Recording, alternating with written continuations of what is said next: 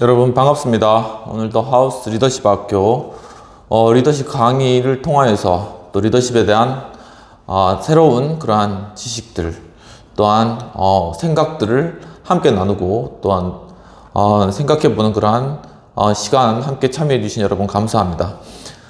저희가 리더십 강의로 저희 계속 리더십 학교를 진행하고 있는데 지난 시간에 개혁 리더십을 이제 다 마치고 이번 시간에는 혁명 리더십에 관한 내용들을 지난 시간부터 저희들이 다루고 있습니다. 지난 시간에 이 혁명 리더십의 대표적인 인물로서 마르틴 루터에 관한 그러한 내용들을 다루었고 오늘 또한 이 마르틴 루터에 대한 이야기부터 시작해서 프랑스 혁명에 관한 그러한 내용들을 통하여서 혁명 리더십에 관한 모습과 그러한 의미들에 관해서 한번 살펴보도록 하겠습니다. 우리가 이 시점에 왜 혁명 리더십에 대해서 우리가 공부를 하게 되는가? 물론 여러 다양한 그러한 리더십의 형태가 있겠지만 이 혁명 리더십은 굉장히 급진적이고 또한 순식간에 많은 그러한 변화들을 일으키는 그러한 리더십의 특징을 가지고 있다라는 것입니다. 그래서 사회적으로 어떤 개혁이 늦게 일어나거나 아니면은 이 개혁이 어떤 상위 계층을 통하여서만 이루어져서 그러한 영향력이 이제 하위 계층까지 다 퍼지고 그것들을 또 향유하지 못하게 되었을 때 이제 결국은 체제의 어떤 전복이나 아니 그런 것들을 통하여서 완전히 새로운 그러한 사회와 체제로 변화시키는 그러한 과정들을 밟게 되는 것을 역사 속에서 발견하게 되는데 그것을 혁명 리더십이라고 그렇게 이야기를 하고 있는 것입니다.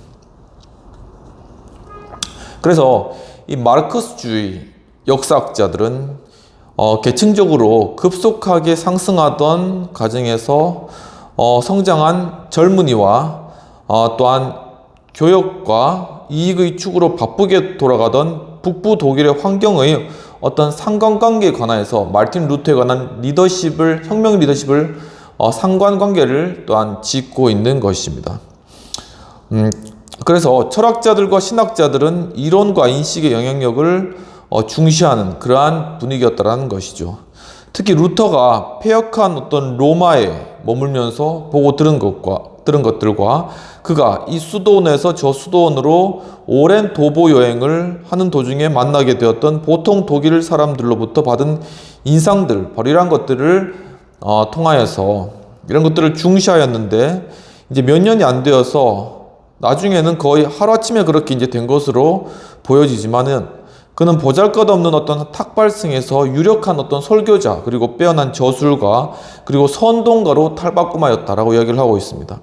초기의 주된 통신의 방법은 이제 입에서 입으로 이렇게 사람들의 의사가 전달되는 그러한 것이었는데 이제 루터가 한참 이렇게 종교개혁을 이루고 있을 그 당시에 인쇄술이 발달하면서 루터의 그러한 설교나 아니면 주장들이 급속도로 퍼져나가게 된 것이죠. 프리덴틀에 의하면은 그는 인간사에 대한 지식의 일각을 획득했으며 그가 사용하는 언어는 갈수록 풍부해졌고 음락과 촌락, 가로에 존재하는 여러 가지 삶의 개념에 대한 그의 인식은 날로 착실해졌다라고 이야기를 하고 있습니다. 점점 루터가 자신의 어떤 혁명들을 이루어가고 있는 그런 과정들 가운데서 그 지식과 또한 어떤 지혜, 생각들이 점점 더 성장해 나가고 그 혁명이 점점 더 안착화되는 그러한 현상들이 이제 나타나게 되는 것이죠. 그것이 당시 독일 사회를 채우고 있던 다종다양한 사회적 위계들이 불안, 문화, 희망 등으로 비등점까지 끌어올려져 있음을 반영하는 것이었는데 정치는 길거리에서 활발함을 보였으며 모든 사람이 서로를 잘 알고 있는 음락에서 보통 사람들이 침묵하는 모습을 보였으며 대로에서 오가는 대화들, 농부와 귀족 그리고 탁발승과 말 위에 올라탄 수도원장 그리고 포주와 대학의 학자들 사이에 벌어지는 그러한 대화들은 맥빠진 의회 의사록이나 거기서 발표되는 무책임한 선언들보다 훨씬 당대의 격동을 반영하고 있는 불타는 듯한 설교의 원천이 되었다고 합니다. 결국 번스 교수님이 말씀하고자 하는 요점은 바로 루터가 어떤 학문적이거나 아니면 그러한 연구들을 통하여서 어떤 혁명적인 그런 지식들을 얻은 것이 아니라 도리어 사람들과 만나면서 그들과 대화하면서 그들과 가까이 있으면서 바로 이러한 혁명적인 생각이나 지식들을 얻게 되었다라는 것을 말씀하고 계시는 것입니다. 그러나 그 이전보다 개혁을 향한 힘은 인쇄된 언어에 의해서 움직여졌고 문헌은 신속하게 전파되었으며 루터의 기독교인의 생활 양식에 대하여는 불과 몇 주 만에 4,000부가 팔렸다라고 얘기를 하고 있습니다. 루터의 책 기독교인의 생활 양식 이런 책들 같은 책들을 이제 발간하게 되면은 예전에는 다 필사로 그거를 다 써가지고 그것을 이제 사람들에게 나눠주는 방식이었는데 이제 인쇄술이 발달을 해가지고 활자를 가지고 수십 권, 수백 권, 수천 권도 그냥 한꺼번에 펴낼 수 있는 상황이 된 것이죠. 그렇기 때문에 이제 이 루터의 책이 사람들 가운데 불티나게 팔리고 또한 전파되었다라는 것입니다. 그래서 이제 루터의 기독교인의 생활 양식에 대하여는 불과 몇 주 만에 4,000부가 팔렸다라는 것이죠.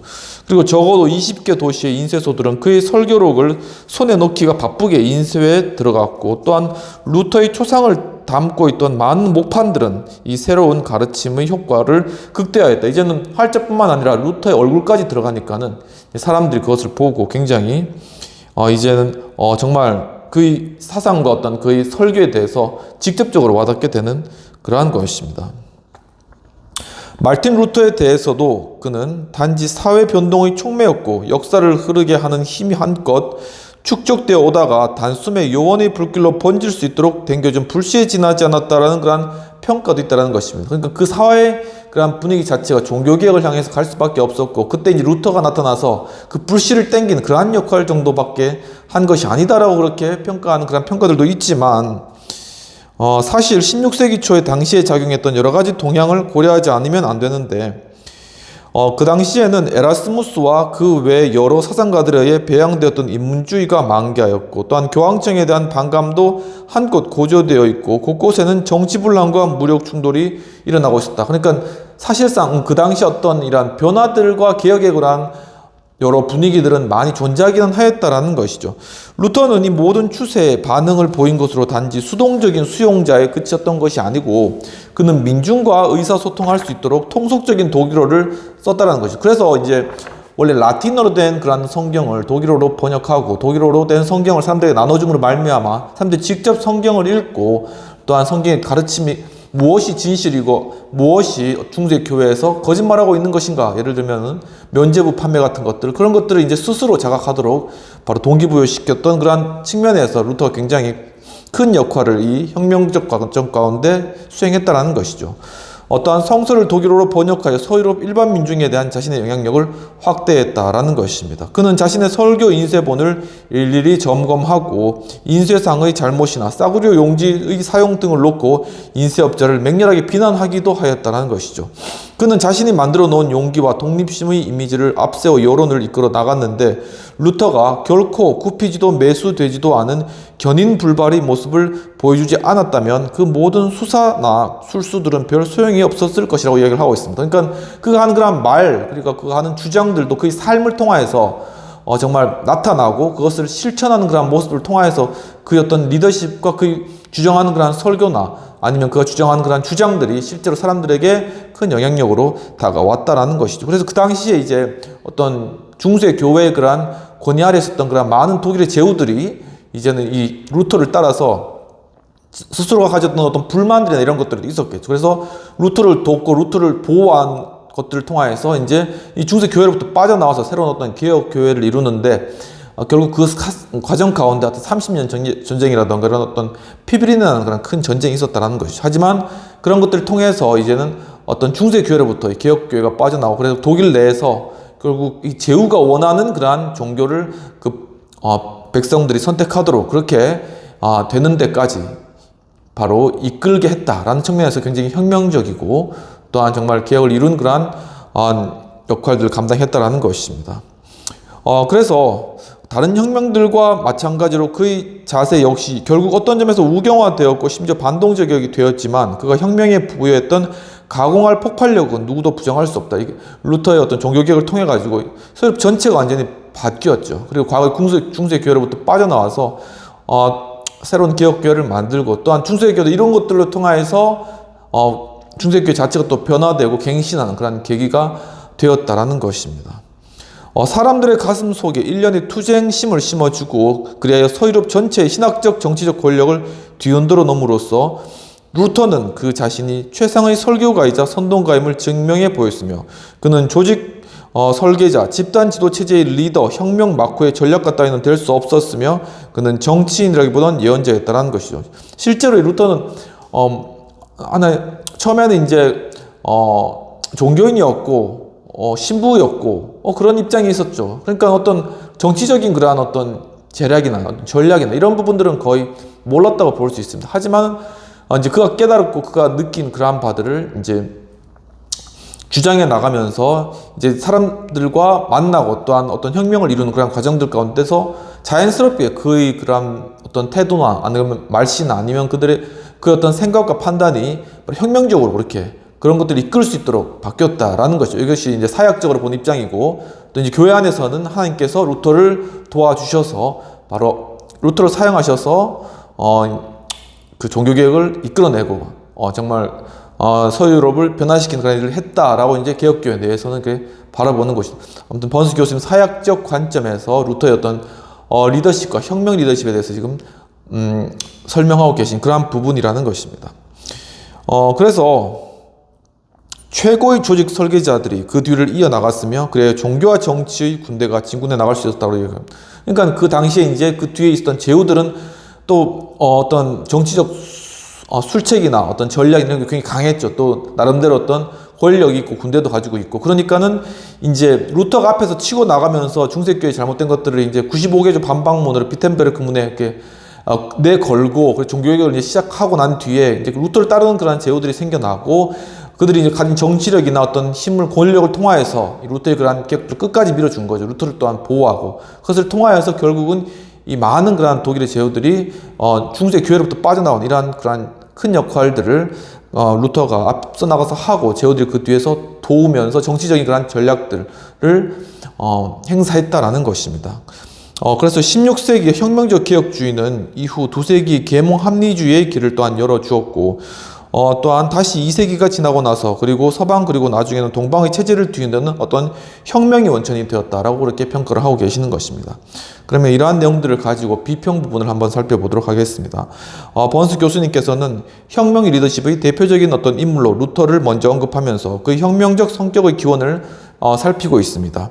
그 기원이라는 것은 리더십의 관점에서 그의 어떤 어릴 적의 배경이라던가 아니면 그 주변의 여러 사회적 환경이라든가 이런 것들을 통해서 루터의 그 당시 성격과 또한 그 리더십의 발전을 또 규명해보고자 그렇게 하였더라는 것이죠. 또한 인쇄술의 발전 등으로 그 당시 루터가 혁명을 수행할 수 있는 배경적 사회적 여건들을 살핌으로써 총체적인 리더십의 발생 배경들을 총합적으로 잘 설명해주고 계신다라는 것입니다. 아울러 루터의 혁명 리더십으로 인하여서 그 이후에 서구 사회의 합리주의와 또한 동양의 체제가 큰 변화를 불러일으킨 그런 대표적인 어떤 혁명 리더십이었음을 탁월하게 또한 기술하고 있는 것이죠. 그래서 저도 이제 이게 개혁교회라고 이야기를 하거든요. 그래서 물론 이제 저는 이제 기독교인이지만 어떤 개혁교회라는 그런 개념 자체가 몰랐습니다. 이게 개혁교회 굉장히 이 종교라는 것 그리고 또 교회라는 건 보수적인 거라는 것이고 어떤 기존의 것들을 고수하고 변화하지 않는 어떤 그러한 것인 것으로 생각했는데 이 개혁교회라는 말을 쓰더라고요. 왜 우리가 개혁교회일까?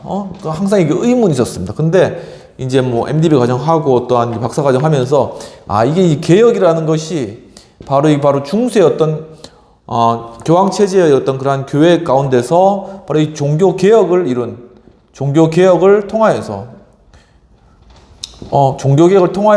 생겨난 그러한 교회가 바로 개혁교회구나. 그러니까 이 어떤 기독교라는 어떤 종교 내의 그 가치 자체, 그러니까 개신교죠. 개신교 내에 가지고 있는 어떤 가치 자체는 이미 어떤 개혁 아니면 혁명을 통하여서 하나님의 뜻을 수행한다. 이런 그런 어떤 혁명적인 그런 개념 자체가 이 안에 숨어 있다라는 그런 것을 상당히 좀 새롭게 알게 되었다라는 것입니다. 굉장히 이제 제 자신은 보수적이고 또한 이렇게 막 어떤 걸 변화를 일으키거나 안 그러면 그런 것들을 이끌거나 이런 것들 잘 못하는데 이 개혁교회라는 개념 자체에 바로 이러한 부분들이 있다라는 것에 대해서 좀 알고 약간 놀랐고 이게 사실 이제 그 한국 교회 역시도 좀 이런 어떤 사회적인 그러한 문제들이나 아니면은 사회적 영역 가운데서 좀 공공신학이라고 많이 이야기하지만 공적인 영역 가운데, 공론장 가운데 어떤 이야기를 펼치고 이야기를 하는 어떤 그러한 시도나 그러한 부분들을 해나가고 또 사회를 변화시키고 또한 더욱더 개혁시키고 바꾸어 나가는 그러한 역할들을 어떤 리더십을 가지고 수행해 나가는 어떤 그러한 측면들을 수행해야 되겠다라는 부분과 사실 이제 우리나라 독립 과정에서 이제 33인 중에 거의 많은 사람들이 기독교인이었죠. 또한 그 이후에라도 독립운동을 하는 것 이러한 것들 사회의 변화를 이끌고 또한 새롭게 그런 역할들을 사실 그렇게 많이 감당하였는데 근데 이러한 어떤 변화적인 어떤 개혁적인 모습들을 많이 잃어버렸다는 것이죠. 그러니까 이러한 것들을 잃어버림과 동시에 또한 교회에 대한 어떤 사람들의 인식조차도 굉장히 낮아지고 또한 어떤 결국은 개교의 중심주의, 교회 성장주의 해서 그래서 사회적 영향력을 끼치 못하는 물론 그 교회 자체는 커질 수 있겠지만 그러한 상황들이 많이 발생된 이유가 우리 어떤 교회에 대한 어떤 혁명적인 성격, 어떤 개혁적인 성격을 잃어버렸기 때문이 아닌가라는 그런 생각이 많이 들었어요. 그래서 그런 것들을 잘 살려나가고 그런 것들을 키워나가고 루터와 같이 그런 것들을 해나가는 어떤 그러한 모습들을 좀 회복해야 되는 부분들이 아닌가라는 그런 생각들을 또 많이 가지게 되었습니다. 그래서 이제 그가 루터의 리더십적 기질로 인해서 그가 행하였던 실제 행위들을 묘사해서 루터 자신의 성격 같은 것들을 이 교수님이 잘 보고 표현하고 있는 것으로 이제 보여집니다. 그럼 토론에 대한 주제로 넘어가 보겠습니다. 번스 교수님은 정치학적 혹은 리더십의 측면에서 루터의 리더십이 좀 나중에 좀 우경화된 측면이 있다. 그리고 반동적인 모습이 되었다라고 이렇게 평가를 하고 있다는 것이죠. 이 우경화라는 건 상당히 좀 보수적인 그런 측면들이 되었고 또 반동적이라는 것은 기존 어떤 교회에 대해 반동적인 그러니까 굉장히 반대하고 나타나는 그러한 어떤 형상의 모습으로 그렇게 이제 비추어졌다라는 것인데 그러한 모습이 나타난다라고 이렇게 평가를 하고 계신 것이죠. 그런데 루터의 혁명의 모습이 결국 보수적인 모습으로 현 교회나 사회 내에 자리 잡은 측면이 사실 있는 것으로 보입니다. 잠깐 말씀드렸듯이 우리가 개혁교를 시작했지만 사실 이제는 지금 상당히 이제 보수적인 측면에서 변화를 싫어하고 그 교회의 어떤 기존 체제를 유지하려는 그런 경향이 굉장히 강한 것이죠. 과거엔 통했는데 지금은 잘 통하지 않는다라는 것입니다. 바로 이러한 어떤 개혁적이고 어떤 혁명적인 어떤 그러한 마인드와 생각 자체를 다시금 좀 회복하는 것, 그러한 것들이 교회에 필요하고, 그렇기 때문에 어떤 루터의 그러한 사상이나 아니면 그의 어떤 혁명적인 행위라든가, 어떤 중세 교회에 대해서 이제, 표현했던 그러한 모습들, 이러한 것들이, 그 모습 자체가 혁명적이고 개혁적인데, 그것이 이제 세월이 지나고 사회가 어떤 조직이, 교회 조직이 커지면서 그것이 어떤 개혁적인 성격을 잃어버렸다라고 봐야지 루터 자체의 그런 모습이 그 혁명 권한 개혁적인 모습이 좀 우경화되고 굉장히 이제 보수적이다 이렇게 판단하기는 좀 힘들다라는 그런 생각이 좀 들었습니다.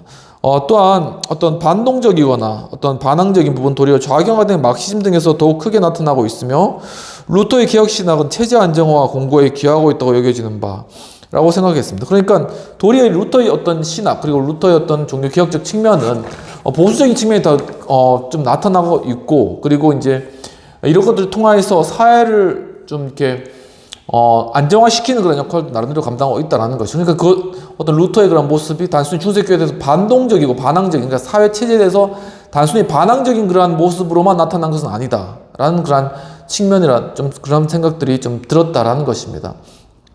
그러니까 단순히 어떤 우리 현 어떤 체제나 어떤 정부나 어떤 그런 부분들에 관해 가지고 그냥 무조건 반동적으로 나가고 그것을 뒤엎고자 하는 그런 모습이 결코 루터의 모습이 아니라는 거죠. 하지만 또한 전혀 어떤 사회적인 어떤 문제들이나 아니면은 그 여러 현실적인 그런 것들에 대해서 의견도 제시하지 않고 그것에 대해서 변화시키려고 또 하지 않고 그것에 대해서 어떤 시도도 하지 않는 그런 교회의 모습은 결코 루터의 또한 그런 모습이 아니라는 것이죠. 그러니까 결국은 루터의 그런 모습은 하나의 균형적인 그런 모습이라는 것인데 그러한 부분들을 한 교회가 잘 살려나가야 된다라는 것이고 또한 그런 것들을 통해서 도리어 어떤 그 개혁적인 혁명적인 그런 모습들을 많이 배울 부분들이 있다라는 생각이 많이 좀 들고 그래서 어떤 굉장히 어떤 균형적인 이 밸런스를 잘 맞추는 그러한 인물이었다라는 그런 생각이 많이 드는 것입니다.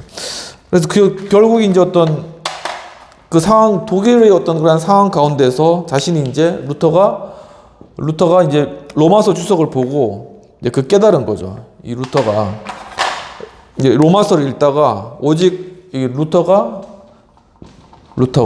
이 로마서를 성경을 읽다가 거기서 이제 오직 의인은 믿음으로 말미암아 살리라라는, 오직 의인은 믿음으로 말미암아 살리라, 이런 말씀이 있거든요.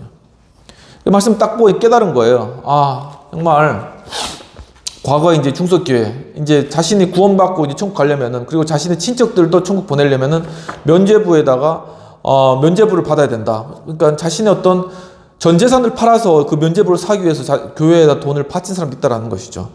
이 면죄부 판매이란 부분들에 관해 가지고 결국은 이것이 행위로 구원받는 것이라는 그러한 어떤 기준과 규칙과 어떤 이러한 것들을, 그리고 교회에 원하는 그런 수준을 다 맞춰야지 구원을 받는다라는 그런 생각에서 이 루터가 오직 의인은 믿음으로 말미암아 살리라, 그리스도를 믿고 따르는 것이 가장 중요하다. 이 페이스, 믿음으로 구원을 받는다라는 것으로 그가 이제 깨어지고 난 뒤에 그것을 이제 결국은 중세 교회에 관해 가지고 그 95개조 반박문으로 이렇게 반박문을 쫙 써서 나가면서 이제 혁명을 시작한 것이죠.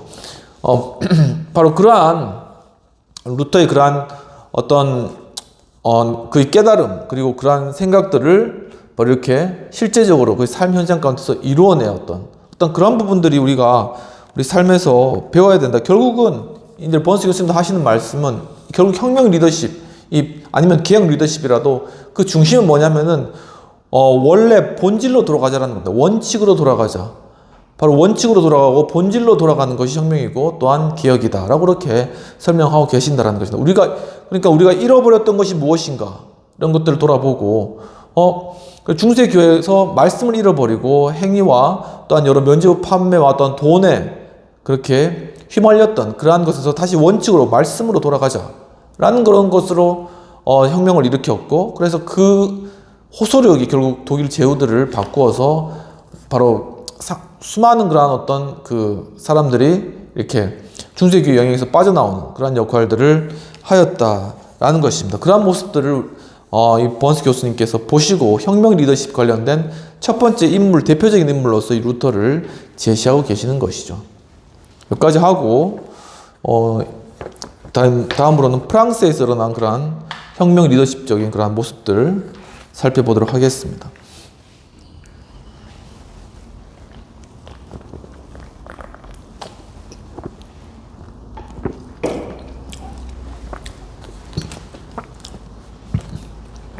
프랑스 혁명과 관련돼 가지고 소제목이 이렇습니다. 프랑스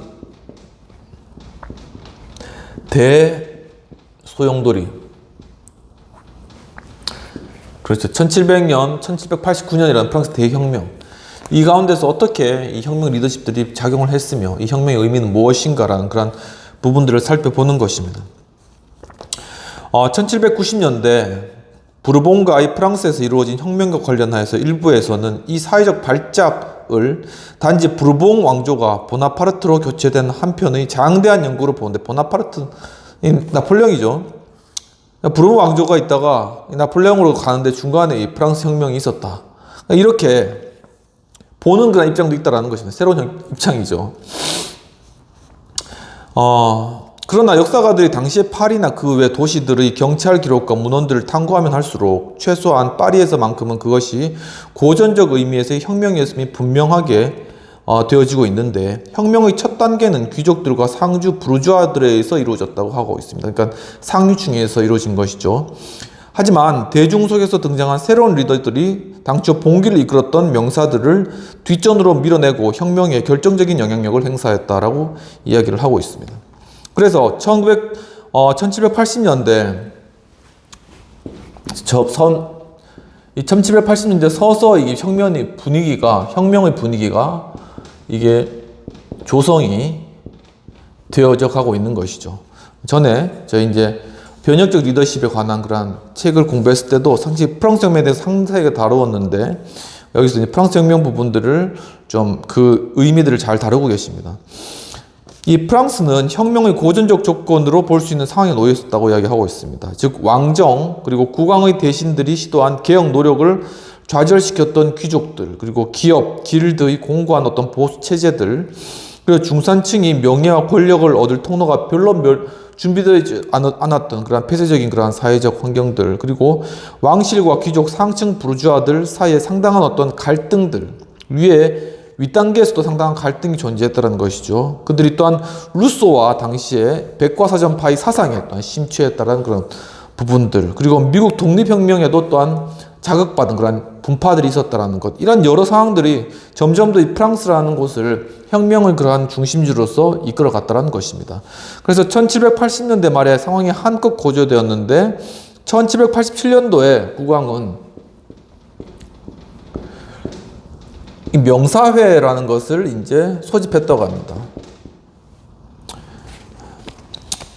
그래서 이 명사회라는 것을 토집해가지고 이제 사회적인 어떤 명사들을 초청해놓고 이제 우리 프랑스의 문제가 무엇인지를 해결해보자 이렇게 이제 이야기를 했는데, 이제 그것이 결국 이제 해나가다가 서로 틀어졌다라는 것이죠. 그러니까 상층 계층과 서로 간의 상층 계층의 서로 합의를 보고 그 당시 어떤 프랑스의 어떤 가난이라던가 이런 문제들을 해결하려는 그런 시도들은 여기서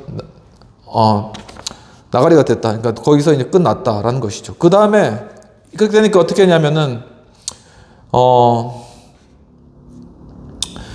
그 다음에 이제 3부회 1789년 5월에 이 베르사유 궁에서 3부회를 열죠. 이 3부회를 가보면 이렇게 큰 이런 어떤 여기에 공간에 여기 중간에 왕이 있고 왕하고 마리 앙뚜아네트가 있고 뭐 이쪽에는 이제 귀족이나 아니면 어떤 성직자들 이 한 부류가 있고 그 이쪽에는 이 3부의 평민이나 아니면 이런 사람들로 구성된 상인 평민들로 구성된 3부의 이 어떤 그 사람들이 있었다라는 것이죠. 그런데 이 사람들은 600명 정도 되었다라는 것입니다.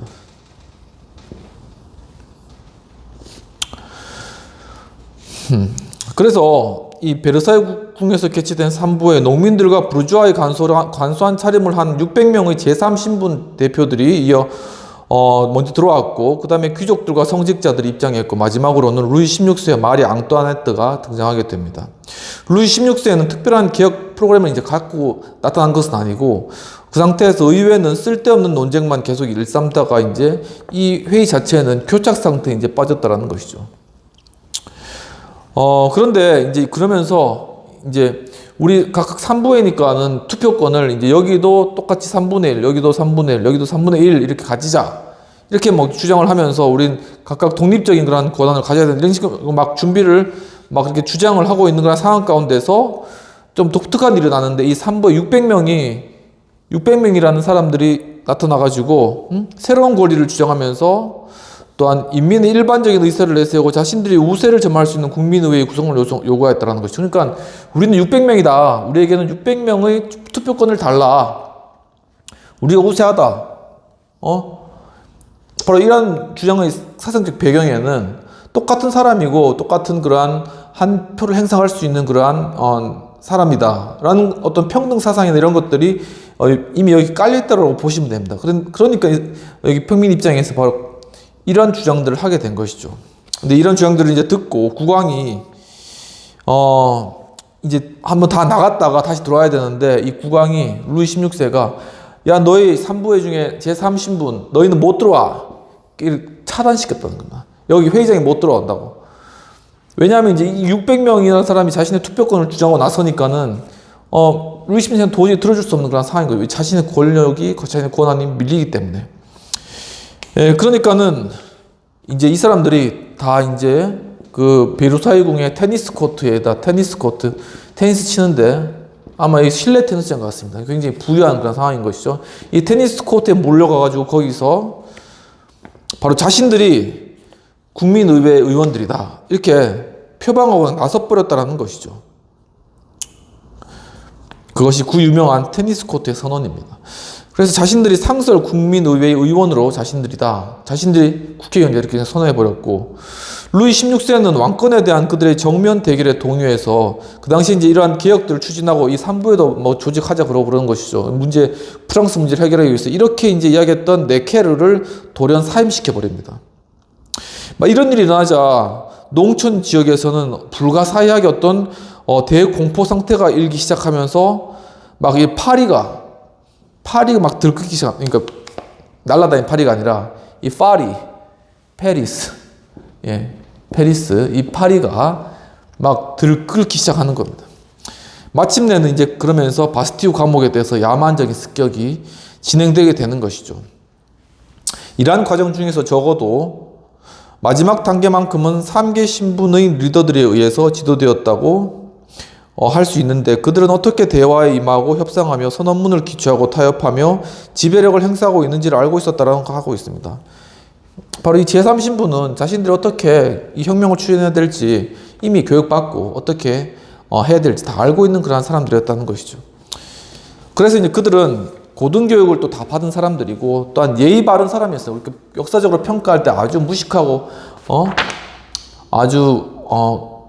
그냥 힘으로 막 밀고 그냥 들어오는 그런 야만적인 사람이 아니라 교육 다 받고 예의 바르고 온화한 그런 믿음직스럽고 합리적인 그런 사람들이었다라는 것이죠. 그래서 그런 사람들이 혁명의 움직임을 손에 쥘 수 있었고 또한 대혁명의 제1단계에서 서민층과 그들의 리더들은 별 존재가 아니었으나 설사 그렇다 해도 서민층이 무시될 수는 없는 상태에서 프랑스인들은 어떤 자크리의 그 당시 일어났던 난을 뚜렷하게 기억하고 있었다는 것입니다. 그러니까 1752년과 1775년 파리에서 빵을 달라는 그런 폭동이 또 일어났다는 것이죠. 그러니까 당시에 굉장히 식량 문제가 큰 심각한 문제였다는 것입니다. 그러면서 당시의 분위기는 양말 직조군들, 양말 만든 사람들, 그리고 날품발이 모자 제조업자들, 모자도 이제 만든 사람들, 이런 사람들, 또 석수들, 돌 깎는 사람들 있잖아요. 그리고 제빵업자들, 빵 만드는 그런 사람들이 제각기 각각의 파업에 돌입하고 우리는 못하겠다 이렇게 같이 모여가지고 파업도 하고 막 그런 것이죠. 사회 자체가 굉장히 약간 불안정한 그런 상태였다는 것입니다. 이후 보수적 역사가들은 광인들, 범죄자들이라고 불렀던 바스티유를 습격한 사람들, 그러니까 역사가들 중에는 이 바스티유 습격한 사람들을 굉장히 야만적이다라고 이렇게 평가하는 어떤 보수적인 그런 입장에서 역사적으로 상당히 많이 있다는 것이죠.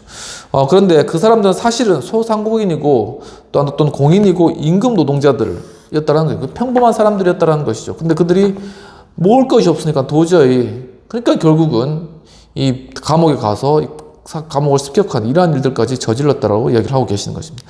1989년 4월에 발생한 사건 중에 하나는 군중의 행동 방식을 잘 드러내주는 것이었는데 일부에게는 그것이 혁명의 주목할 만한 어떤 시작으로 여겨졌다는 것입니다. 1989년 4월 달에 발생한 사건이 있었다는 것이죠.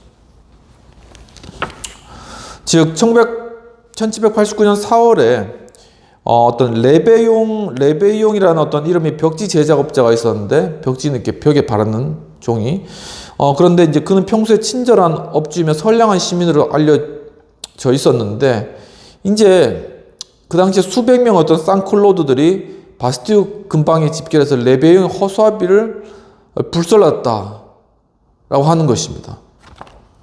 또한 레베용을 집을 포함한 가정과 상점을 약탈했다.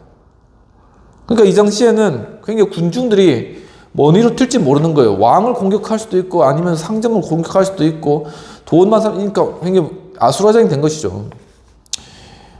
그런데 이렇게 혼란스러운 상황 가운데서 이 쌍클로드가 이제 이러한 일들을 주도했는데 이 쌍클로드가 어떤 사람들이 하면은 이제 프랑스 내에서 좀 이렇게 좀 특이한 그런 옷을 이렇게 치마 같은 옷을 입고 다니는 그런 사람들을 쌍클로드라고 불렀습니다. 그러니까 사람들 중에 좀 이렇게 그러면서 서로 이제 이야기를 하고 또 혁명적인 것도 이야기하고 서로 대화를 하는 그런 부류의 어떤 사람들이 있다고 합니다.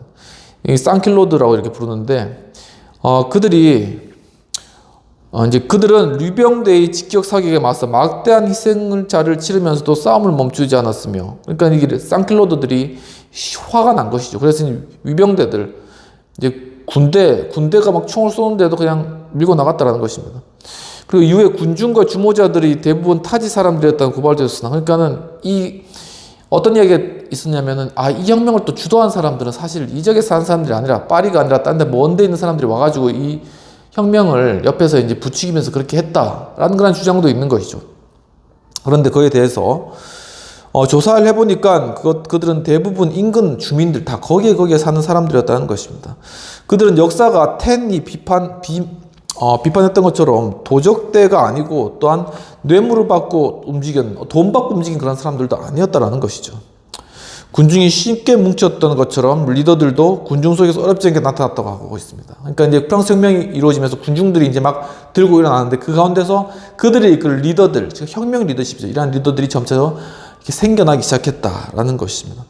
그들은 다른 사람들이 행동에 돌입하도록 어떤 촉매 역할들을 하였으며, 우리는 이 리더십의 형태와 구조, 기원과 성격, 그리고 지속성과 역량 등을 알지 못하는데, 군중 리더들에 대한 어떤 보고서나 기록도 지금은 남아있지 않은 상태이기 때문에, 과연 그러한 프랑스 혁명 때 혁명 리더십을 이끌었던 그런 군중 속에서 나타난 리더십이 어떤 분인가라는 것에 대한 연구는 사실 하기가 좀 힘든 그러한 상황이라고 말씀하고 있는 것입니다.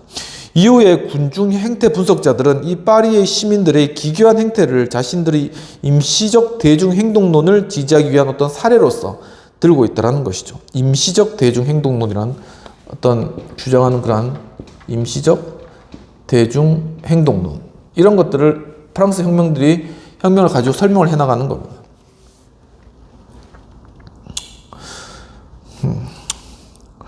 그래서 르봉이라는 사람은 다음과 같이 말한다고 하는데, 이 리더들은 추종자들 대부분과 비슷하게 출발하는 일이 많았다. 그 자신도 이념에 취하여 그 이념의 사도로 나섰던 것이며, 그 이념이 그를 온통 사로잡았던 것이다 라고 얘기를 하고 있습니다. 그 리더십에 관해서, 혁명 리더십을 이끌었던 그 리더십에 대해서 이렇게 설명하고, 또한 르봉은 계속해서 이들 리더들이 이게 어떤 상태였나라는 걸 설명하는데, 뭐냐면 병적으로 신경질적이고, 또한 쉽게 흥분하며 반쪽쯤 돈 사람들 중에서 나왔다고 쓰고 있습니다. 그러니까 이 혁명 리더들이 프랑스 혁명을 이끌었던 그런 사람들 보면, 프랑스 혁명가는 또 어떤 여자가 이렇게 막 그러니까 막 이렇게 뭐 총을 들고 나가는 그런 장면도 있지 않습니까? 그러니까 거의 이 혁명 리더들은 반쯤 미쳐 있었다.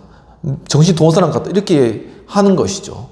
그러니까 그럴 만도 해요. 그러니까 먹지 못하고 지금 당장 굶고 있는데, 근데 베르사유 궁전에서는 그냥 파티 열고 뭐 흥청망청 놀고 있고, 그러니까는 이제 분노한 거죠. 거기서 빽 돈 겁니다. 말 그대로 돈 겁니다.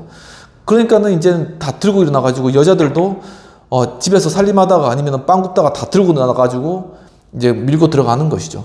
바로 이러한 그러니까 우리가 어떤 평상시에 정상적인 사고라고 생각할 수 있는 것들을 뒤집는 이러한 사건들은 바로 어떤 절대적인 가난이나 궁핍, 이러한 어떤 요인들이 분명히 존재한다는 것입니다.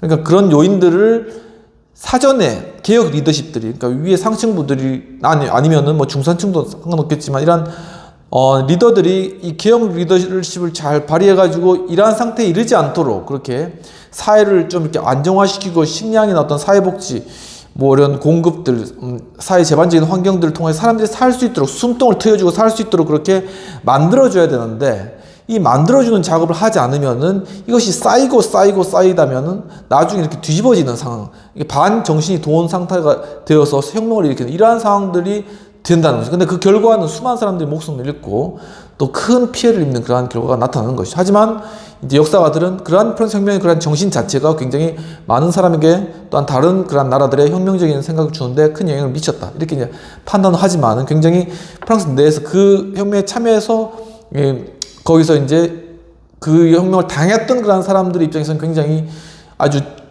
끔찍하고, 또한 굉장히 정말 어떤 큰 충격을 받는 그러한 어떤 사건이라는 그러한 사실인 것입니다. 그래서 면밀하게 가만히 조사해 보면은 이 같은 파리 군중 폭동의 행태 분석에 의문을 갖게 되는데, 군중의 활화산 같은 에너지와 추진력의 근원은 아주 기본적인 것, 즉 굶주림이었다는 것이죠. 당시 파리 노동자들은 거의 기하선상에서 허덕이고 있었고 그들은 임금의 거의 절반을 빵값으로 썼고 그들의 가족은 빵값이 조금이라도 비싸지거나 병충해 때문에 흉년이 들거나 수송망이 교착되거나 아니면 정부가 안 좋은 정책을 폈을 경우에는 믿기지 않을 만큼의 심각한 위험에 처하게 된다는 그런 상황입니다. 굉장히 불안정한 상황. 조금이라도 뭐가 문제가 생겨가지고 그래서 정책이 바뀌거나 안 가면 복식이 좀 미리 좀 덜 나거나 아니면 수송이 잘 안 되면은 굶어야 되는 상황인 거예요. 그러니까 조금의 비축도 된 것도 없고 그냥 하루 벌어서 하루 먹는데 그것도 순식간 인플레이션 때문에 빵값이 뭐 몇 배로 뛰었다가 뭐 이런 상황이 되는 것이죠. 그러니까 이런 불안정한 상황들을 도저히 사람들이 견디지 못하는 것이죠. 그러니까 정신이 반쯤 도는 겁니다. 이와 같이 이 사회를 안정시키고 미리미리 이런 것들을 대비시키는 그런 것들이 얼마나 중요한가 하는 것을 알 수 있는 것입니다.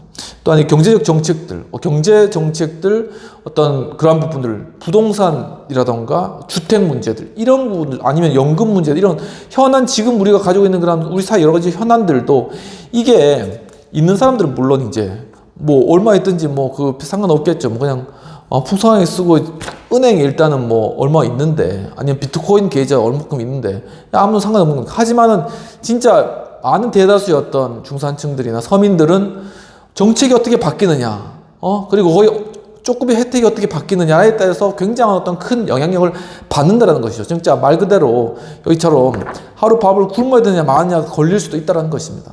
그러니까는 그러한 어떤 사람들의 요구와 어떤 그러한 필요들을 잘 알고 아주 세밀하게 그런 것들을 잘 챙겨주면서 어떤 그런 상황들을 잘 파악하고 그러한 기업들을 그 사람들 입장에서 잘 추진해 나갈 수 있는 그러한 리더들이 필요하다는 것이죠. 그렇기 위해서는 그 사람들의 상황들을 자기가 몸소 체험했고 또한 그러한 상황들을 잘 알고 있는 그냥 단지 지식적인 것이 아니라 대학 가서 지식만 많이 쌓은 것이 아니라 실제적으로 그러한 사람들과 함께 생활하면서 그러한 상황들을 어려운 것들을 알고 그들의 필요를 채워줄 수 있는 그러한 리더들이 뭐 경제 정책에서 정책적으로 들어가서 그래서 그 가운데서 그러한 정책들, 그 사람들의 정책들을 펴나가야 된다라는 것입니다. 근데 그렇지 않고 그냥 단순히 공부했던 것 그리고 기존 어떤 상류 계급에서의 어떤 그런 경험들이나 안 그러면 고학력 이런 것들을 가지고 위에서 그냥 머리로 계산해 가지고 문제를 해결해 버리면은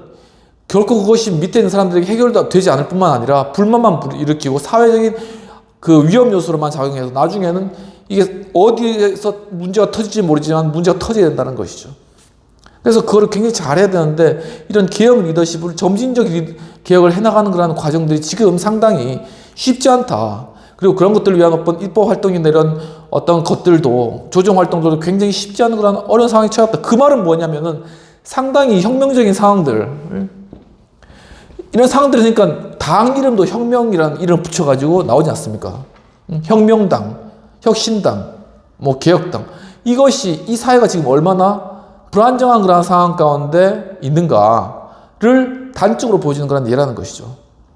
그런 것처럼 지금 상당히 프랑스 상황 가운데서 이러한 기초적인 그러한 식량 공급에 대한 문제가 있었다. 그 예로 뭐냐면은 평균적인 파리 건축자가 빵을 사기 위해서 임금 중 지출하는 비율이 1788년 8월에는 50%였습니다. 그러니까 1788년에는 이 빵이 전체 임금에서 차지하는 비중이 50%는 것이죠. 굉장히 높은 비중입니다. 빵 외에도 뭐 렌트비라던가 아니면 자식 교육비라던가 여러 가지 많이 들지 않습니까?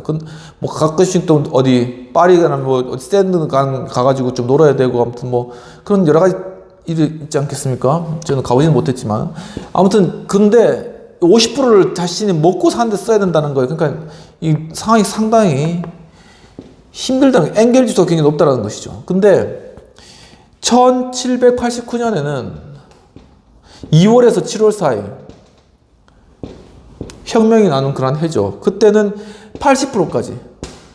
그러니까 한 달 열심히 일해도 그 전체 10분의 8은 전체 빵 사는데 써야 된다는 것이죠. 다른 건 생각할 여를도 없어요. 어디 교회 근교에 나간다는 거 생각할 수도 없고 자녀에게 뭐 추가로 뭐 학교 교육이나 뭐 가해 공부시킬 생각할 수도 없는 거예요. 옷 사입니다 생각할 수도 없고 오직 먹는데 이거 써야 된다 라고 생각해 보십시오. 얼마나 그 상황들이 급박했는가를 알 수 있는 것이죠. 그런데 반대로 베르사유 궁전에서는 매일매일 파티하고 사람들 초청하고 그 다음에 거기서 밤마다 무도하고 이런 상황이니까는 혁명이 안 날래 안 날 수 없다는 상황인 것입니다. 그리고 마지막으로 그래서 결국 바스티유 감옥에 습격이 있었던 날에는 이 80%가 아니라 100%를 초과하는 그러한 상황들까지 된 그러한 상황 가운데 있었다는 것이죠. 도저히 먹고 살 게 없다. 그러니까는 네가 죽든 내가 죽든 뒤집자 라는 그러한 마인드까지 올라와서 결국은 바스티유 감옥에 습격을 하게 된 이러한 일들이 발생했다는 것입니다. 굉장히 우리가 반면교사로 삼아야 될 그런 부분들이 있다는 것이죠. 물론 200년 전에 300년 전에 일어난 일이지만 그렇다는 것입니다. 네, 한 얼마 지났나요? 지금 800년 그렇죠. 한 여기서 2024년이니까요. 그러니까 지금 얼마나 지났나요? 2024년 빼기 1789년 하면은 149 하면 5되고 그러니까 11에서 8 빼면 3되죠. 이게 9 235년 지났네요, 지금. 200년 전에 있었던 일이지만 우리에게 이러한 큰 그러한 교훈을 준다라는 것입니다. 그래서 가두에서 여성들의 역할이 또 대단했다고 합니다. 이번에 또 프랑스 올림픽 보면은 거기 막 여성들 또 이렇게 상징들이 굉장히 많이 나타나잖아요. 뭐 개막식, 폐막식 때 막 나타나잖아요. 그리고 또 이번에는 또 이제 여성들하고 남성들 두 사람 그 선수들 간의 어떤 촬영 시간도 똑같이 맞추도록 하고 아무튼 이런 부분들이 있는데 아무튼 이 프랑스에서 어떤 여성들의 어떤 인권을 위한 어떤 운동이라든가 이런 부분들이 굉장히 했다라는 것을 이제 우리 올림픽에서도 이제 잘 알 수 있잖아요. 근데 이제 사실 이 프랑스 혁명이 그걸 대표하는 건데 바로 이 가도에서 앞서서 여자들이 다 원래 이제 남자들이 앞서 여성분들은 이제 뒤에서 이제 따라가는 그런 입장들을 과거에는 많이 취했죠. 현재는 그렇지 않죠. 현재는 이제 여성 리더십도 많고 이제 적극적으로 진출로 나가는 그런 분들도 많지만 그런데 그 당시에 이 여성들이 가도에 나갔다는 거는 뭐냐면은 단적으로 말해서 자기 자식에게 줄 빵이 없다는 겁니다. 그러니까 내 먹을 게 없어도 나가지는 않을 것 같아요. 이 상황들이. 근데 자기 자식에게 줄 빵이 없는 그런 상태 가운데서는 그 부모가 앞으로 나가지 않겠습니까? 눈에 보이는 게 없는 것이죠. 바로 그런 상황이었다는 것입니다. 그래서 이 가두에서 여성들의 활약이 대단했는데 투표권도 없고 군복무도 할 수 없고 국민의회에서 자신들의 불만을 토로할 수도 없었던 여성들이 거리로 쏟아져 나와서는 그 모든 것을 할 수 있었던 것이라고 이야기를 하고 있습니다. 그래서 리드라는 분은 이 기간 중 혁명으로 군중을 추동했던 가장 기본적이고 지속적인 동기는 바로 싸고 풍부한 식량을 얻고 싶다는 욕구였더라는 가장 기본적인 욕구라는 것이죠. 바로 그런 것에 동의하고 있으며 이제 농민들은 수도의 불쌍놈들에 대한 경멸까지 포함해서 불가사의한 대공포의 자극을 받아 귀족들의 성체를 습격하기도 하고 또한 지방을 떠돌면서 약탈과 방화를 일삼는 떼강도들을 공격하기도 했다고 합니다. 그러니까 사회적으로 원통의 불안과 이 좌절이 이제 드는 거지. 한쪽에서 터지니까는 감당이 안 되는 겁니다. 이게. 우리 사회 역시도 한쪽에서 만약 터지면은 여기저기서 많이 터지게 되는 것입니다. 그러니까 그 전에 미연에 잘 해야 된다라는 것이죠. 1989년 여름의 격동이 지나가자 개혁, 축하, 상대적인 평온의 시대가 한동안 계속되었는데 이제 거의 간악한 고문들로부터 놓여난 듯한 루이 16세. 그러니까 고문이라는 거는 바로 이 고문, 루이 16세 주변에서 루이 16세를 보조하면서 어떤 의견을 피력했던 이 고문들 때문에 이 상황들이 이렇게 된 것이죠. 제대로만 고문을 하거나 자문을 했다면 이런 상황은 안 벌어졌는데 바로 이 그러니까 리더십 중심으로 해가지고 리더십 완전히 싸는 거예요. 이 싸면은 이 리더십은 중간이기 때문에 밖에서 무슨 일이 일어나는지 혁명이 일어나는지 아니 사람들이 뭐 굶어 죽는지 모른다는 겁니다. 여기 둘러싸이면은. 그러니까는 바로 이런 것들을 어떻게 하면은 이 리더십이 여기를 뚫고 나아가서 자신을 둘러싸여 있는 이러한 벽으로부터 뚫고 나와서 대중들과 서민들과 함께 할 것인가라는 그러한 어떤 고민들은 계속적으로 해나가야 된다는 그러한 부분들인 것이죠. 참 쉽지는 않은 부분인 것입니다. 역사를 봐도 마찬가지입니다.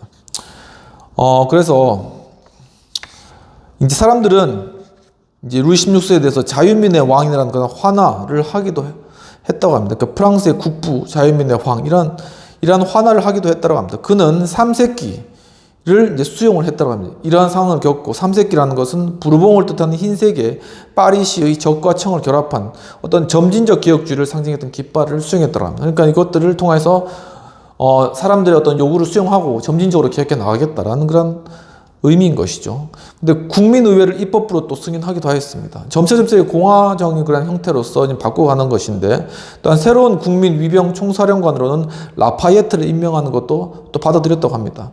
그래서 국민의회가 결의했던 봉건제 전면 폐지가 그대로 시행되지는 않았지만 귀족층의 조세 면제에 대한 비판, 공직자의 공공재산 사취 등 금지 등 이러한 좋은 제도들이 촉발된 그런 계기가 되었다는 것이죠. 비록 많은 예외와 보상 타협이 게재되긴 했으나 이는 재정, 행정, 사법 제도들의 더 심층적인 개혁을 그리고 교회 개혁을 위한 어떠한 출발점이 되었다라고 보고 계십니다. 계엄령의 사용은 제한되고 또한 통일된 국세가 선포되었고 또한 교회의 재산이 국유화되었습니다. 그리고 정복 전쟁이 폐기되고 지방정부가 조직되고 국왕의 지위가 아직 비정형적인 것으로 남아있긴 해도 프랑스인들 사이에 서로 적대적인 요소들 간의 휴전 조약이 체결될 것처럼 보였다고 합니다. 그러니까 어느 정도 이제 1789년에 이런 일들이 있고 난 뒤에 어느 정도 휴전이 한 거예요. 근데 여전히 잠재적인 요소들은 여기 남아있는 거죠. 그리고 한번 크게 이러한 일들을 경험했던 사람들이 마음껏에 뭐가 있겠습니까? 이제 이렇게 하면 되는구나라는 마음이 들겠죠. 그러니까 더 큰 어떤 혁명을 계획할 수밖에 없다는 그런 상황인 것이죠. 그러니까 이런 것들이 일어나기 전에 미리 이런 점진적 개혁들을 통해서 이 개혁들을 이루어냈어야 됐다라는 것이죠. 그래서 이제 혁명 리더십 전에 이제 기업 리더십에서 먼저 배운 이유도 바로 그런 이유가 있다고 보시면 될 것 같습니다. 비평 부분을 보도록 하겠습니다. 필자는 번스 교수님은 프랑스 혁명의 주된 원인이 삼부의 어떤 소집, 그리고 스스로의 국민의원으로서의 지위 획득, 그리고 굶주림이 기한 바스티어 감옥의 습격 등으로 보며 혁명의 세력이 사실상 식자층이고 또한 그 지역 주민으로 구성되어 있음을 또한 잘 보여준다라고 이렇게 보았습니다. 또한 프랑스 혁명의 배경적 원인을 당시 상황을 재현해서 잘 구성하고 계신다라는 것인데, 이러한 부분들을 상당히 이렇게 리얼하게 교수님이 표현하신 것 같습니다. 그러니까 예전에 변혁적 리더십에 관한 그러한 책자 공부에서도 봤듯이 그 당시에 어떤 프랑스 혁명에 대한 상황 자체의 그런 묘사들을 굉장히 잘 하셨어요. 그래서 사람들, 수많은 군중들이 움직이는 움직임이라던가 그리고 그 당시 어떤 분위기나 이런 것들을 눈으로 마치 보는 것처럼 그렇게 글로 이제 써서 이 혁명의 분위기를 이렇게 설명해 나가시는 그런 어떤 그런 탁월한 어떤 그런 부분들을 책 가운데서 많이 표현해 주고 계신다는 것입니다. 토의 내용을 보도록 하겠습니다. 결국 이 프랑스 개혁의 지체가 프랑스 국민의 가난을 불러일으키고 혁명으로 치달았다면 결국은 점진적 개혁 통해 사회를 유지시켜 나가기 위한 방안은 무엇일까라는 그런 부분입니다. 그러니까 우리 사회 역시도 지금은 굉장히 어려운 그런 시기다라는 거 다 아시겠지만은 이러한 부분들을 어떻게 하면은 잘 점진적으로 개혁해 나갈 것인가라는 그런 중대한 그런 좀 어떤 기로에 서 있다고 생각됩니다. 이럴 때 필요한 것이 하나의 어떤 통합적인 리더십. 그러니까는 서로가 서로 이제 상황들을 제대로 인식하고, 물론 마음에 들지 않는 것은 있지만 그래도 어느 정도 연대할 부분들은 연대해서 최소한만의 개혁들은 계속적이고 꾸준하게 추진해 나가야 된다는 것이죠. 그래서 최대한 이 사회에 있는 그러한 어떤 혁명적인 어떤 불씨들, 그러니까는 어떤 그러한 부분들을 미연에 그런 것들을 불씨를 끄고, 그리고 사람들의 어떤 그러한 높아진 그러한 어떤 스트레스를 줄여줘야 된다는 것입니다. 그래 마음 가운데 이것이 물론 직접적으로 이렇게 작용할 수는 않을지도 몰라요. 사람들에게 당장의 어떤 빵을 제공할 수는 없을지도 몰라요. 하지만 이러한 시도들을 해나가면 그것이 하나의 모습으로 사람들에게 비춰지고 이 마음이 뚫려진다는 겁니다. 그렇게 이 사람들의 마음이 이렇게 정말 이 여자가 자기 자식에게 빵 줄 게 없어가지고 앞에 나갈 정도로 이렇게 그 마음을 답답하게 해서는 안 된다는 것이죠. 그러니까 마음을 뭔가 뻥 뚫어줄 수 있도록 그런 어떤 신선한 어떤 개혁의 정책들이라든가 아니면은 서로만 다투고 막 서로 막 싸우다가도 한 번 정도는 이렇게 하나의 어떤 이슈에 대해서는 함께 합의하거나 이런 것들 한 번씩 딱딱 보여줘야지 국민들이 그걸 보고 그래도 우리 사회가 살만하구나 이런 생각이 들지. 주구장창 모든 문제에 대해서 되지도 않고 통과되지도 않고 또 이제 또 말도 안 되는 것도 올라오고 막 그러면서 결국 아무런 합의도 없고 결론도 없는 이러한 잘못된 갈등 구조의 그러한 모습들이 지속된다면 국민들은 더 이상 방법이 없는 거예요. 그러면 우리가 직접 나갈 수밖에 없다. 그렇게 이제 나온다는 것이죠. 굉장히 위험한 그런 상황이 연출될 수 있다는 것입니다.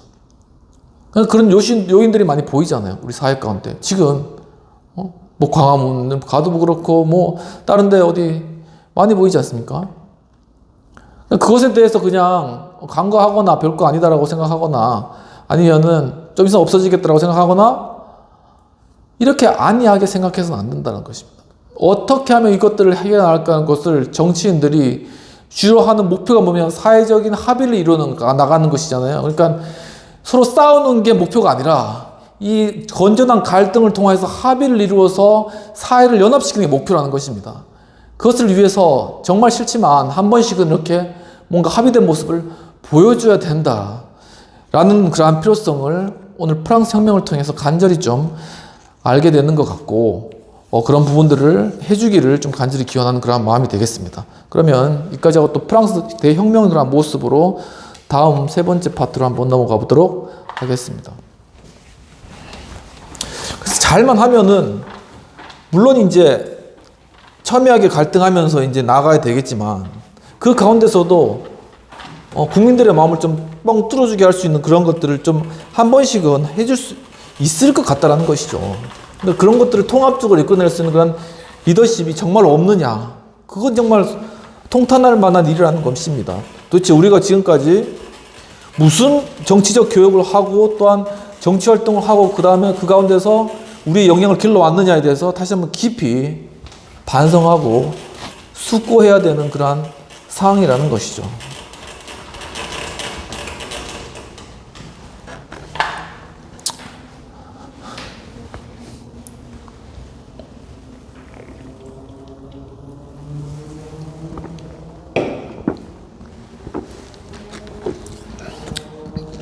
아무튼 좀 흥분을 가라앉히고 계속 프랑스 대혁명에 대해서 얘기하도록 하겠습니다.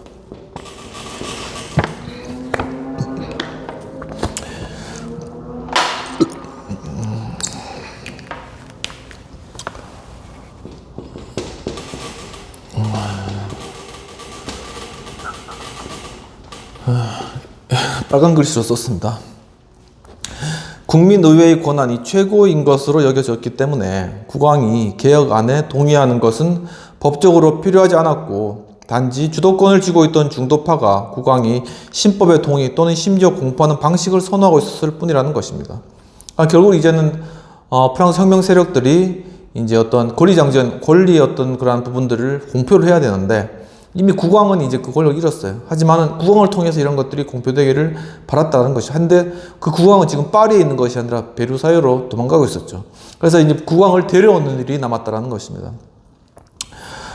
초가을 파리에 단기간 동안 빵 부족 사태가 일어났을 때 그들은 국왕으로 하여금 베르사유를 떠나 파리로 향하게 하였으며 루이 16세가 이제 그런 요청들을 파리 국민들이, 프랑스 국민들이 하였지만은 루이 16세가 베르사유 궁에서 움직일 생각을 안 하는 거예요. 그러니까는 여성들이 파리 중앙시장에 모여서 비와 진흙탕 속에서 대포를 밀고 베르사유로 행진해 갔다고 이야기하고 있습니다. 그러니까 얼마나 이게 속이 타면은 여자들이 대포까지 끌어매고 베르사유를 행하였을까 하는 생각이 드는데요. 베르사유에서 국왕의 동정적이었던 대표단을 이제 국왕에게 또 이제 파견을 하고 국왕과의 면담 기회를 또한 얻고 그러면서 처음에는 국왕은 수용을 거부하였습니다. 자존심도 있고 그리고 걱정도 많이 됐겠죠. 그런데 이제 파리의 국민 위병들이 베르사유를 행진하고 있다는 것을 알고는 군대가 온다는 사실을 알고는 결국 파리의 귀환을 승인하였는데 엄청난 수의 의기양양한 병사들, 그리고 귀족들, 그리고 시민 대표자들이나 여성의 무리가 왕실 마차를 파리까지 호위하면서 따라갔다라고 이야기를 하고 있습니다. 그러니까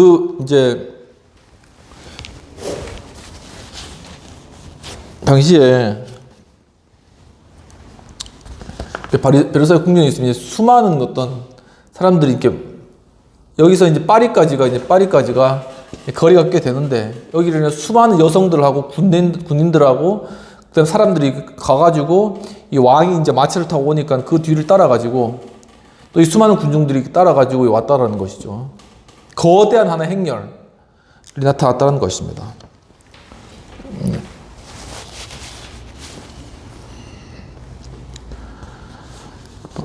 늦은 수학에서 풍적을 거두고 국왕을 일종의 연금 상태에 두고는 프랑스는 몇 개월 동안의 사회적 평화를 누릴 수 있었지만 그러나 바야흐로 프랑스의 정치 지도자들은 점점 심각해지는 문제에 봉착해 있었으며 법적, 헌법적, 행정적, 재정적 개혁이 체제를 완전히 관통하여 실질적인 사회 변혁을 유지할 수 있을 것인가 하는 그런 질문이 이제 제기된다는 것입니다. 그러니까 이제 사회가 기존에 이제 왕정 체제에서 어떻게 보면 이제 정체된 사회지만 하나의 어떤 견고한 그런 체제에 있었다라는 것이죠. 그런데 이제 그러한 사회가 프랑스 혁명을 통해서 이제 그 위에 있는 세력들이 없어짐으로 말미암아 이제는 이 권력 자체가 무한하게 이제 사람들에게 주어졌는데 그렇기 때문에 이 사회 체제 자체를 유지해 나가는 것이 굉장히 이제 어려운 상황 가운데 지금 다다랐다라는 것을 이야기를 하고 있는 것입니다. 그래서 어떤 급증하는 욕구, 필요, 기대, 수요 등은 개혁주의의 실제 사회적 영향력을 훨씬 뛰어넘는 그러한 것이었다고 이야기하고 있습니다. 그리고 이 같은 급박한 문제를 해결할 시간을 많이 주는 사회는 이제 거의 없다라고 이야기를 하고 있는 것이죠. 그 상황들은 지금 이제 이 문제들을 해결해야 되는데 이 혁명에 관한 상황 가운데서 이것들을 하나하나씩 곱씹어서 해결할 수 있는 그런 상황들이 없다라는 것입니다. 지난 시간에 이야기했지만 혁명이 시작되면은 어떤 혁명 세력이 사회의 주도권을 잡죠. 그리고 그 사회 주도권을 잡은 다음에는 이 세력을 공고히 하는 과정이 있습니다.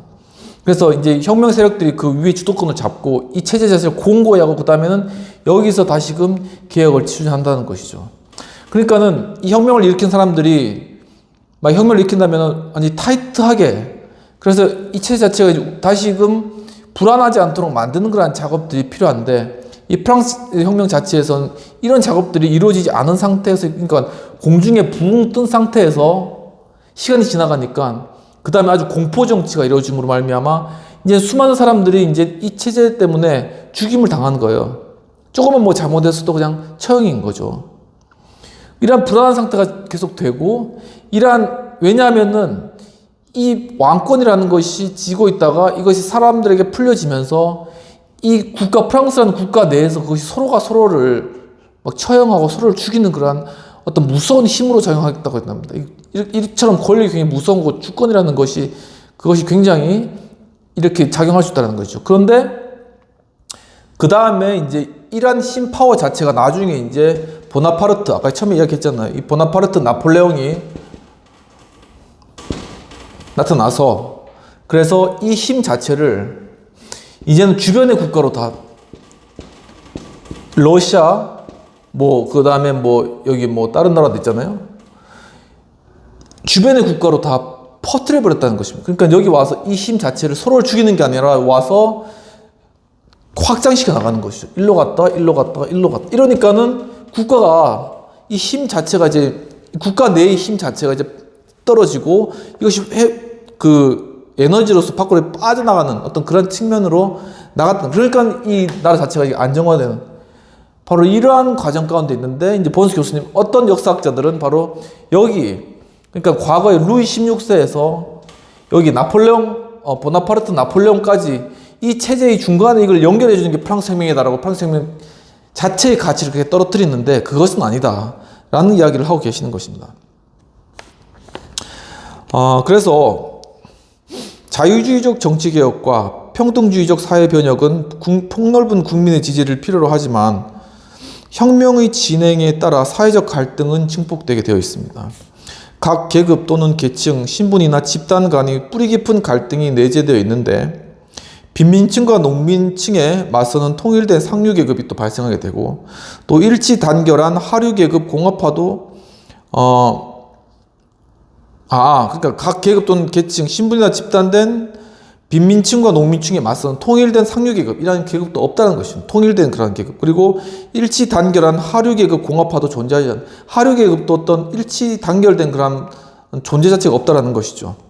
그리고 일부 귀족들은 호전적인 자코뱅이었고 일부 쌍킬로드들은 광희적인 구강편. 그러니까 귀족들 중에서도 또 이렇게 의회 쪽을 따른 사람들이 있고 또한 쌍킬로드 중에서 그러니까 혁명적인 측면인 사람들 중에서도 또 국왕을 따른 사람도 있었어요. 그러니까 굉장히 다양한 그러한 형태의 모습이 나타났다는 것입니다. 또한 도시민들은 농민들과 또한 연대하는 듯 하였으나 또한 장인과 날품팔이들 그리고 공장 소유자와 노동자들 사이에는 어떤 분명한 또 분열되는 그런 모습도 있었다는 것이죠. 또한 카톨릭 교회 내에서는 교구 사제들이 보통 주교들보다는 혁명의 이념에 더 긍정적인 경향들이 또 있기도 했고 또 왕실이 부여해준 독점권과 기타 특권을 누리는 기업들은 제조 매입 매출의 자유를 요구하는 신흥 기업인들과 또한 첨예하게 대립하는 등 이 사회 내에서 서로 이렇게 이해의 집단에 따라서 서로 다 갈등과 대립이 나타나는데 그것이 과거 왕정 체제에서는 그냥 잠잠했지만 이게 풀려나가면서 이런 것들이 현실화되고 가시화되기 시작한다는 것입니다.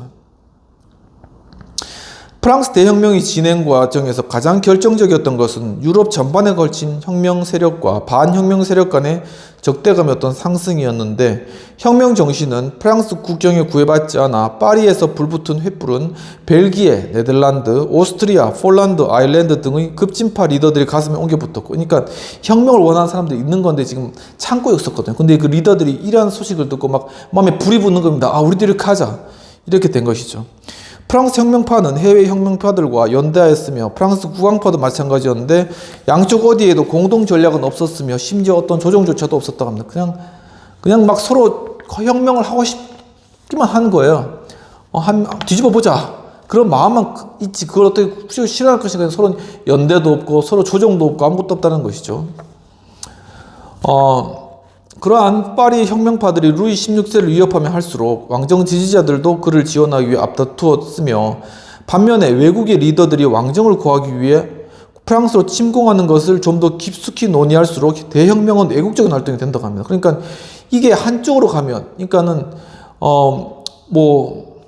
이게 혁명파들이 루이 16세를 이렇게 죽이려고 하면 할수록 루이 16세를 따르는 왕정파들이 나와서 그걸 말리고 그런 세력도 커지고 일단 해외에서 루이 16세를 도우려고 하면은 이제는 혁명파들이 프랑스를 지키는 그런 입장이 되는 거예요. 그러니까는 도리어 혁명파들이 더 이제 기세가 든다고 이러한 희한한 상황들이 계속 진행되는 것이죠. 바스티유 함락 이후 6주가 지나서 국민의회는 인권선언을 발표했다고 합니다. 이게 바로 프랑스의 인권선언. 유명한 프랑스 인권선언인 것이죠.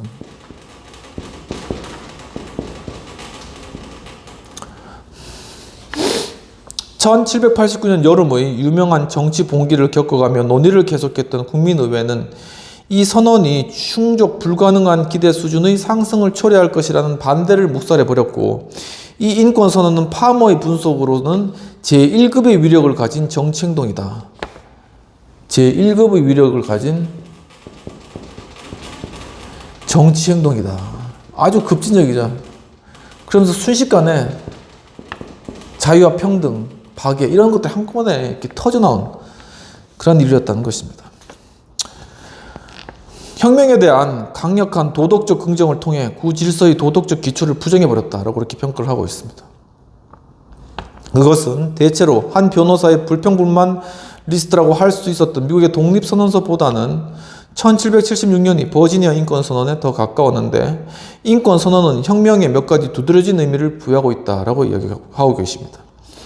인권선언서에는 스탠더드의 제시, 방향의 설정, 도덕적 목적의 표명 등이 포함된 장황한 서문을 있고, 그 다음에 1년의 공리들이 이제 제시되어 있었는데, 이제 프랑스 인권선언의 내용을 들어보면, 인간은 자유롭게 태어나 자유롭게 살며 평등한 권리를 가지며 모든 정치적 결사체의 목적은 천부의 또한 불가침의 인권, 자유권, 재산권, 생존권, 억압에 대한 저항권 등을 보장하려는 것이며 자유는 타인을 해치지 않는 한 모든 것을 할 수 있는 능력이다.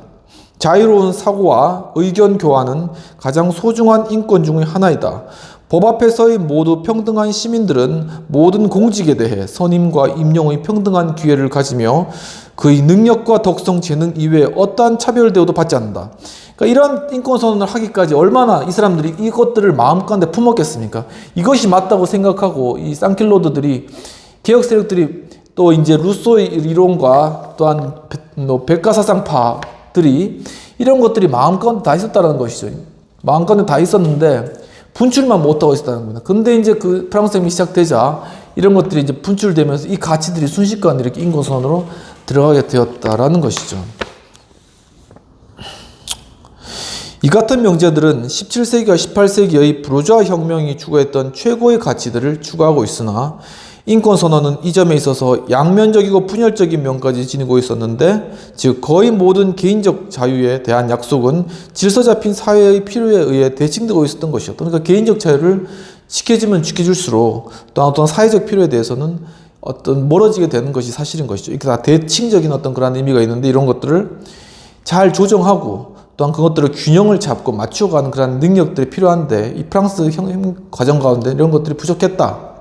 이런 것도 이룰 수 있는 시간적 여건이 없었다. 그러니까 결국은 공포 정치로 들어가고 많은 사람들이 목숨을 잃는 그런 상황이 되었다라는 것입니다.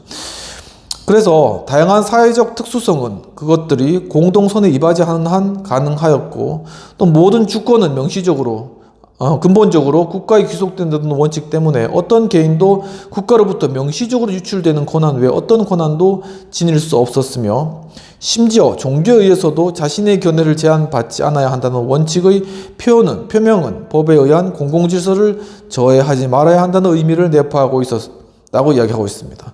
모든 시민은 말하고 쓰고 그것을 인쇄할 자유를 갖고 있으나 법이 정한 경우에 따라 이 자유를 남용할 경우에는 스스로 책임을 져야 한다.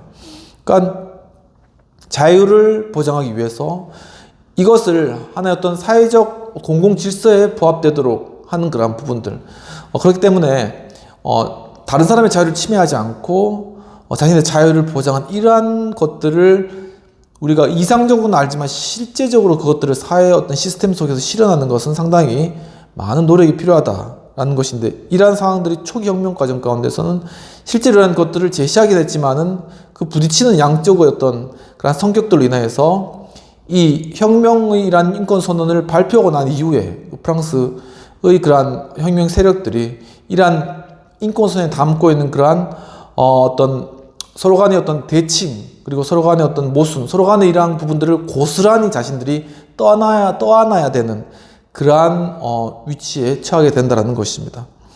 어떤 잠재적인 가치 갈등은 혁명기간 내내 이론과 실천을 갈라놓고 있었으며, 1793년 공포정치가 시작되기 직전, 그러니까 로비에스피에르인가요? 1793년.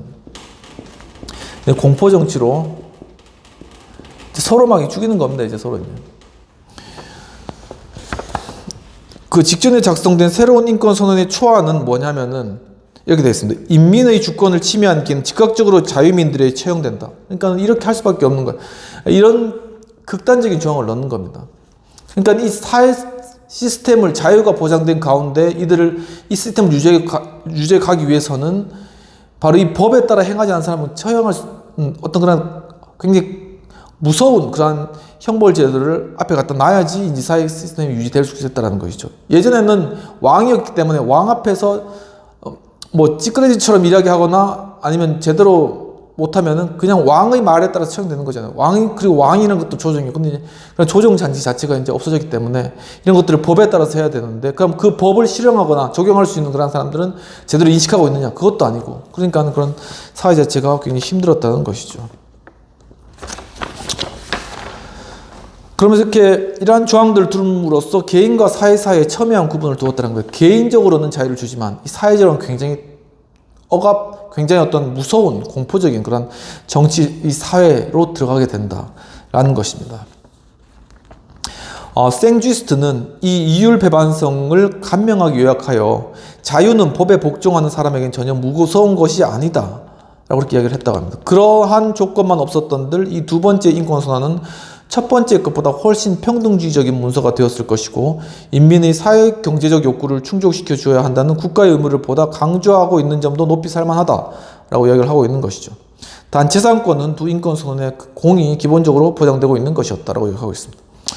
그래서 프랑스 인권선언은 급진주의자들과 혁명가들에게 수세대에 걸쳐 소집의 나팔이 되었고 역사상 전형이 되었으며 파리 거리에서 굶주린 사람들이 쏘아대던 머스켓 총의 총성은 렉스턴 그린에서의 민병대들이 일제 사격 소리보다 더 크게 전 세계로 울려 퍼졌다라고 보는 것이죠.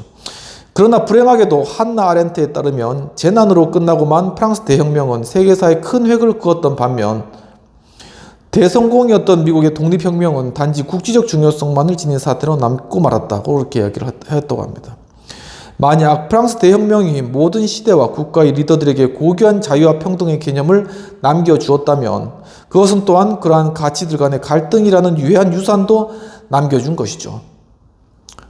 쌍킬로드들과 농민들은 각기의 리더들에 의해서 동원되었고 정부가 평등주의 신조를 지켜주기를 요구했고 일자리와 빵을 마련해주고 근로조건을 개선시켜주도록 정부에 압력을 행사할 수 있는 바로 그러한 자유를 열망하였으나 중산층의 경우 그들은 계몽주의의 자식들로서 난폭한 개인주의자들이었기 때문에 그들이 생각하는 어떤 혁명이라는 것은 좀 다른 의미였다는 것이죠. 그러니까 이 프랑스 혁명에서 이제 서민들은 빵을 얻기 위해서 그리고 이 빵을 보장받을 수 있는 그러한 정도의 혁명을 원했다는 것인데 이 중산층들은 그게 아니라는 것이죠. 혁명의 본질은 무엇인가 이런 철학적으로 따지면서 그것은 대중민주주의를 창출하여 그 체제가 존속하는 한 그들 스스로 운명을 형성해 나가도록 하는 것이 어떤 혁명이 아닌가 뭐 이런 식으로 이렇게 스스로 어떤 운명을 창조해 나가고 내가 내 마음대로 하고 내가 내 자유를 침해하지 않고 특히나 위에 있는 어떤 왕으로부터 과거에는 이제 왕으로부터만 어떤 제약도 받고 밑에 있는 귀족들이 뭐 여러 가지 지시도 받고 하니까 기분 별로 안 좋았겠죠. 근데 이제 왕이 없어지니까 자기 세상인 겁니다. 그런데 그렇게 되면 어떻게 되느냐? 근데 여전히 서민들이나 그 사람들은 여전히 힘들고 어려운 상황은 마찬가지인 거죠. 그럼 왜 혁명을 했냐라는 그런 질문이 든다는 것입니다. 아렌트의 견해로 진정한 자유는 인간의 권리를 쌍킬로드의 권리로 바꾸고 진정한 자유를 욕구의 뒤로 돌려놓았던 혁명가들에 의해서 타락했다고 이야기를 하고 있습니다. 천민들의 봉기에서 얻어진 것은 정치의 무력화였고 근본적인 열망이자 목표는 자유가 아니라 행복이었다고 주장하였다고 합니다.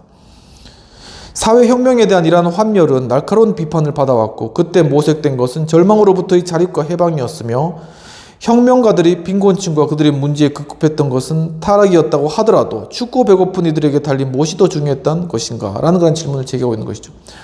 그러니까 빵을 얻기 위해 개혁했냐? 빵을 얻기 위해 혁명을 했냐라고 그렇게 하면서 혁명의 어떤 고상한 그런 가치나 어떤 이런 것들을 지켜가야 되는 것이 아니냐?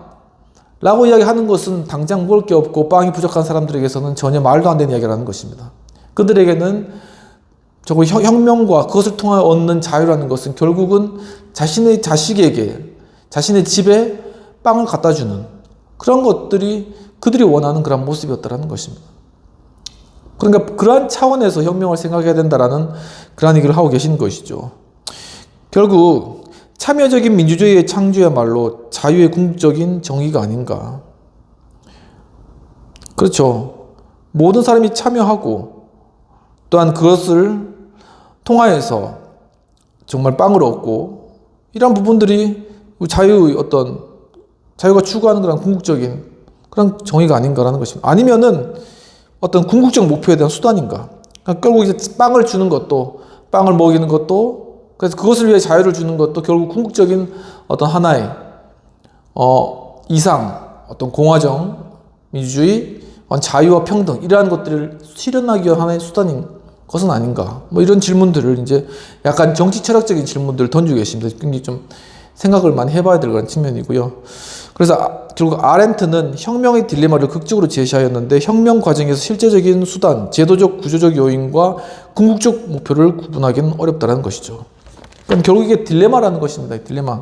혁명이 있어가지고 뭐 이렇게 실제적인 어떤 혁명의 수단이라든 어떻게 하면 혁명을 이룰 수 있는 것인가. 많은 대중이 있었고 대중이 이제 도와줘야 되는 것이죠. 그리고 또한 제도적 구조적 요인. 이 혁명을 이루는 데서 이 제도적 구조적 요인 과연 무엇이 있는가? 우리를 묶고 있는 것인가? 아니면 우리를 또 채워줄 수 있는 것인가? 우리를 혁명을 지지해주는 제도인가? 아니면 혁명을 통해서 그것을 이제 뭐 어떻게 철회해야 되는 그런 제도인가? 그리고 혁명의 과연 궁극적 목표는 무엇인가? 그래서 혁명의 리더십들은 이런 것들을 서로 연결하고 서로 연결해 나가고 서로를 이렇게 서로 이 가운데서 혁명을 이루기 위해서 이러한 것들을 서로 연결해 나가는 그런 과정을 해야 되지만 사실 그것들이 굉장히 힘들다. 그래서 치우치기 쉽고 균형을 잡기 어렵다라는 것입니다. 그러면 비평 및 토의로 들어가 보도록 하겠습니다. 필자는 즉 번스 교수님은 프랑스 혁명을 통해 혁명의 의미와 목적에 대해 아렌트의 견해를 비롯 잘 설명하고 있습니다. 그렇다면 혁명은 무엇이며 누구를 위한 혁명으로 생각하는지라는 것입니다.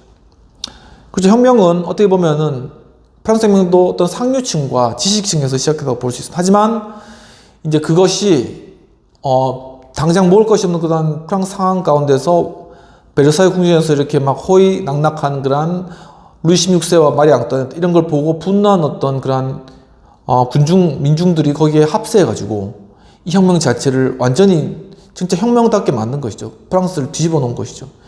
근데 그렇게 되었을 때 과연 그렇다면은 그 혁명을 결국은 이끈 그 혁명을 그렇게 가능하게 한 그런 민중 서민들은 그 혁명에 관한 혜택을 얼마나 보았는가 라는 걸 생각했을 때는 별로 크게 보지 못했다라는 것이죠. 하나의 어떤 이상적인 어떤 자유와 평등, 인권선 이런 부분들에 있어서는 정말 타의충을 불허하는 그리고 향후의 혁명과 어떤 향후의 개혁에 큰 영향을 미치는 그런 중요한 자유, 평등 이러한 그런 가치들을 표방하였지만 실제로 그 당시에 있었던 어떤 빵을 원하는 그러한 프랑스 국민들, 서민들에게는 그것이 혁명의 그러한 빵이 돌아가지 못했다라는 것입니다. 그럼 과연 그럼 혁명을 하는 목적은 무엇인가? 결국 서민들을 잘 살고 모두 평등하게 빵을 공급하고 살아가기 위해서 하는 것인데 결국 그것이 몇몇 사람들의 어떤 권력이나 아니면 몇몇 사람들의 어떤 그런 이상을 추구하기 위한 하나의 혁명이라면은 그건 단순히 그러면 서민과 어떤 혁명에 참여한 사람들은 단순한 도구에 불과한 것인가? 라는 그러한 질문들이 될 수 있겠습니다. 아무튼 이 혁명에 상당한 많은 그러한 급진적인 그러한 변화가 이루어지고 또한 많은 사람들의 어떤 피해가 이루어지고 그 가운데 어떤 큰 혼란과 갈등이 존재하는 것입니다. 그리고 또한 그 혁명을 이끈 사람들 중에는 그 혁명의 어떤 열매를 끝까지 맛본 사람은 별로 많지 않다고 앞에서도 많이 설명을 드린 것이죠. 그렇다면 우리가 이 혁명을 바라볼 때 이 혁명은 그러면 잘못된 것인가?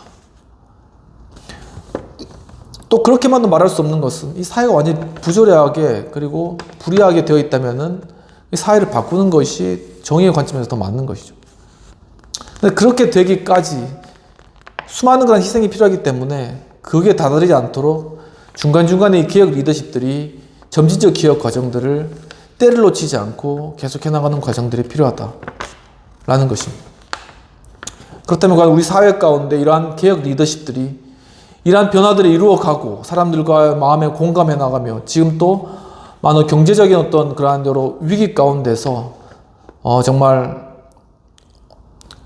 있는 그러한 어떤 우리 서민 그러한 부분들의 어떤 의견들 그들이 좀 마음 뻥 뚫리게 좀 이 사회 가운데 살아갈 수 있도록 그렇게 뭐 한 가지 정책이라도 합의를 봐서 이루거나 어떤 그런 모습들이 있는가 라는 것들을 이제 생각하면서 열심히 갈등만 하지 말고 이 갈등을 통한 시스템을 통한 열매의 과실들을 그래도 가끔씩은 우리가 좀 보면서 마음 가운데 서민들도 소망을 가지고 정말 이 대한민국이라는 나라 가운데서 좀 살아갈 수 있는 그런 마음들이 생겨났으면 좋겠다라는 것이고, 과거에 우리가 또한 많이 겪었던 이러한 뭐 정치 혼란과 어려운 가운데서도 이 혁명, 이러한 것들이 사회를 많이 변화시키고 새롭게 하기는 한 것은 사실인데, 예, 그런 것들에 대해서 이제 우리가 교훈을 삼고,